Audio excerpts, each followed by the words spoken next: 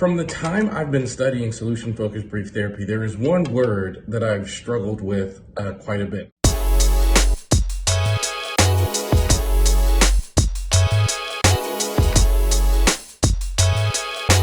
I've never really grappled with it. I'm talking like 15 years. I haven't figured out my relationship with this word and how to remedy it. And the word is technique.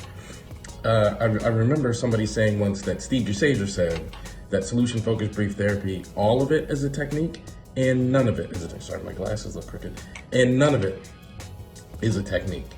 And so for me, if you think about solution-focused brief therapy as a tool or a technique, then it's very hard to make the shift from using it to solve client problems to using it to help clients do a description of the presence of their desired outcome.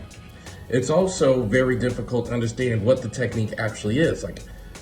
How does the format of a solution-focused conversation go? And if you watch, Chris Iveson, who I think is the greatest, and Evan George and Yvonne Dolan, all these people who've kind of taken this approach and made it their own and blended it with their style. For me, the most important word is fundamentals.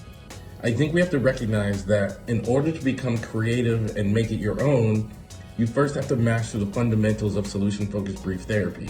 So instead of thinking about this as techniques, think about the fundamentals of what you have to learn. And that's true for anything. I grew up playing baseball, as I've often said, and there are fundamentals to hitting a baseball. Once I worked with repetition and repetition and repetition and mastered those fundamentals, then I could have my own batting style. I could have my own approach to hitting a baseball. But it starts with mastering the fundamentals. So as you guys go about learning solution-focused brief therapy, try not to think about it as a technique. Try to think about the importance of mastering the fundamentals before you make it your own.